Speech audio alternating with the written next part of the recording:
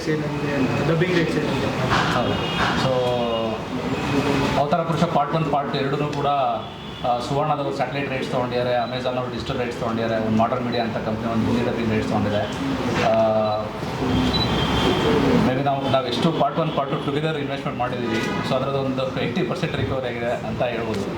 So ಅದು ದೊಡ್ಡ amount. ಅದು ನಾವೊಂದು 16 to 18 CR ಖರ್ಚಾಗುತ್ತೆ ನಮ್ಗೆ ಇವಾಗ ಟುಗೆದರ್ ಪಾರ್ಟ್ಸ್ಗಳು. ಸೊ ಆಲ್ಮೋಸ್ಟ್ ನಾವೇನು ಇವಾಗ 3 ರೈಟ್ಸ್ನ ಕ್ರ್ಯಾಕ್ ಮಾಡಿ ರೀಚ್ ಮಾಡಿದ್ದೀವಿ.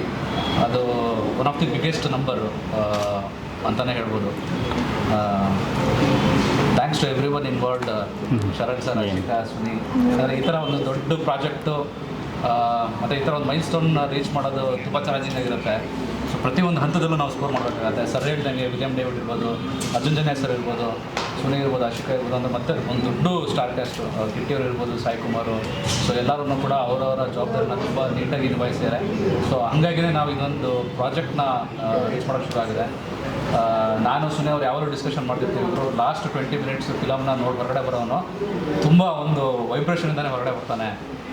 ಇದು ಯಾವ್ದು ಬೇರೆ ಲೀಗಲ್ಲಿದೆ ಫಿಲಮ್ ಅನ್ನೋದು. ಸೊ ಇದು ನಮ್ಮ ಒಂದು ಸ್ಟ್ರಾಂಗ್ ನಿಲುವು. 100% ನೀವೆಲ್ಲರೂ ಕೂಡ ಅದನ್ನು ಫೀಲ್ ಮಾಡ್ತೀರಾ ಅಂತ ನಂಬಿದ್ದೀವಿ. ಸರ್ ರಿಲೀಸ್ ಪೋಸ್ಟ್ಪೋನ್ ಆಗ್ತಾನೆ ಇತ್ತು, ಅದು ಫೈನಾನ್ಷಿಯಲಿ ನಿಮಗೆ ಏನಾದರೂ ಕಷ್ಟ ಆಗ್ತದೆ? ಡೆಫಿನೆಟಾಗಿ ಸರ್ ಹೆವಿ ಹೊಡೆತ ತಿಂದಿದ್ದೀವಿ. ಸೊ ಇವಾಗ ಆಲ್ಮೋಸ್ಟ್ ಇನ್ನು May 6th ನಾನು ಡಿಸೈಡ್ ಮಾಡಿದ್ದೀನಿ, ಥಿಯೇಟ್ರ್ 50% ಮಾಡೋದು ಚಿಂತೆ ಇಲ್ಲ, ಫಿಲಮ್ ಅಂತೂ ಪೋಸ್ಟ್ಪೋನ್ ಮಾಡಲ್ಲ ಅಂತ. ಫಸ್ಟ್ ವೇವ್ ಆಯಿತು, ಸೆಕೆಂಡ್ ವೇವ್ ಆಯಿತು, ಥರ್ಡ್ ವೇವ್ ಮುಗಿತು, ಫೋರ್ತ್ ವೇವ್ಗೆ ಇವಾಗ ನಿಂತ್ಕೊಂಡಿದ್ದೀವಿ. ಸೊ ಅಂದರೆ ಇವತ್ತು ಸುಧಾಕರ್ ಸರ್ ಹೆಲ್ತ್ ಮಿನಿಸ್ಟ್ರು ಹೇಳ್ತಿದ್ರು ಸ್ಟೇಟ್ಮೆಂಟಲ್ಲಿ, ನಾವು ವೈರಸ್ ಜೊತೆ ಬಾಳೋದನ್ನು ಕಲಿಬೇಕು ಅಂತ ಹೇಳ್ಬಿಟ್ಟು. ಸೊ ಅದೇ ಸತ್ಯ. ಸಡನ್ನಾಗಿ ಗೌರ್ಮೆಂಟ್ ಅವರನ್ನು ಕೂಡ ಏಕಾಏಕಿ ಮುಂದಕ್ಕೆ ಅದೇ ಕಾರಣಕ್ಕೂ 50% ಥಿಯೇಟ್ರ್ ಮಾಡ್ತೀವಿ ಅಂತಲೂ ಹೇಳೋಂಗಿಲ್ಲ, ಅಥವಾ ಥಿಯೇಟ್ರ್ಗಳನ್ನ ಕ್ಲೋಸ್ ಮಾಡ್ತೀವಿ, ಸೆಮ್ ಲಾಕ್ಡೌನ್ ಮಾಡ್ತೀವಿ ಅಂತಲೂ ಹೇಳೋಂಗಿಲ್ಲ. ಅಂದರೆ ಆ ಥರ ಪರಿಸ್ಥಿತಿ ಕ್ರಿಯೇಟ್ ಆಗಿಲ್ಲ. ನಾವು ಥರ್ಡ್ ವೇವಲ್ಲೇ ನೋಡಿದ್ವಿ, ನಾವು ಆಲ್ರೆಡಿ ಸಾಕಷ್ಟು ಉದಾಹರಣೆಗಳು. ಥರ್ಡ್ ವೇವಲ್ಲಿ ಯಾರನ್ನೂ ತೀರಾ ICUಗೂ ಹೋಗಲಿಲ್ಲ. ಸೊ ಡ್ಯೂರೇಷನ್ ಏನಿತ್ತು ಥಿಯೇಟ್ರನ್ನ ಕ್ಲೋಸ್ ಮಾಡಿದ್ದು ಅದನ್ನು ಕೂಡ ತುಂಬ ಕಮ್ಮಿ ಇತ್ತು, 1 month ಇತ್ತು.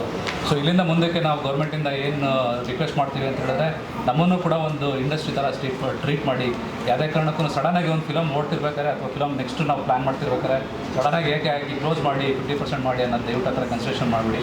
ಹೆಂಗೆ ಎಲ್ಲ ಬೇರೆ ಬಿಸ್ನೆಸ್ಗಳಿಗೂ ಎನ್ಕರೇಜ್ಮೆಂಟ್ ಇರುತ್ತೆ, ಅದೇ ಥರ ಫಿಲ್ಮ್ ಇಂಡಸ್ಟ್ರಿಗೂ ಕೂಡ ಎನ್ಕರೇಜ್ಮೆಂಟ್ ಇರಲಿ. ಸೊ ಎಲ್ಲ ಒಂದು ಗೌರ್ಮೆಂಟ್ ಮೇಲೆ ಒಂದು ಭರವಸೆ ಹಾಕಿ, ನಮ್ಮದೊಂದೇ ಫಿಲಮ್ ಅಂತಲ್ಲ, May 6th ಶುರುವಾದರೆ ನೆಕ್ಸ್ಟು ಕಂಪ್ಲೀಟ್ಲಿ ಆಲ್ರೆಡಿ ಜುಲೈ 8 ತನಕ ಕೂಡ ದೊಡ್ಡ ಫಿಲಮ್ಗಳು ಅನೌನ್ಸ್ಮೆಂಟ್ ಮಾಡಿದ್ದಾರೆ. Until and unless it is too crucial, ದಯವಿಟ್ಟು ಸೆಮಿ ಲಾಕ್ಡೌನ್ ಥರ ಏನೋ ಮಾಡೋಕ್ಕೆ ಹೋಗ್ಬಿಡಿ. ಆಲ್ರೆಡಿ ಸಫರ್ ಮಾಡಿದ್ದೀವಿ, ಇನ್ನು ಮುಂದಕ್ಕೆ ಸಫರ್ ಮಾಡೋದಕ್ಕೆ ದಯವಿಟ್ಟು ಅವಕಾಶ ಮಾಡಿಕೊಡ್ಬಿಡಿ ಅನ್ನೋದು ನಮ್ಮ ರಿಕ್ವೆಸ್ಟ್.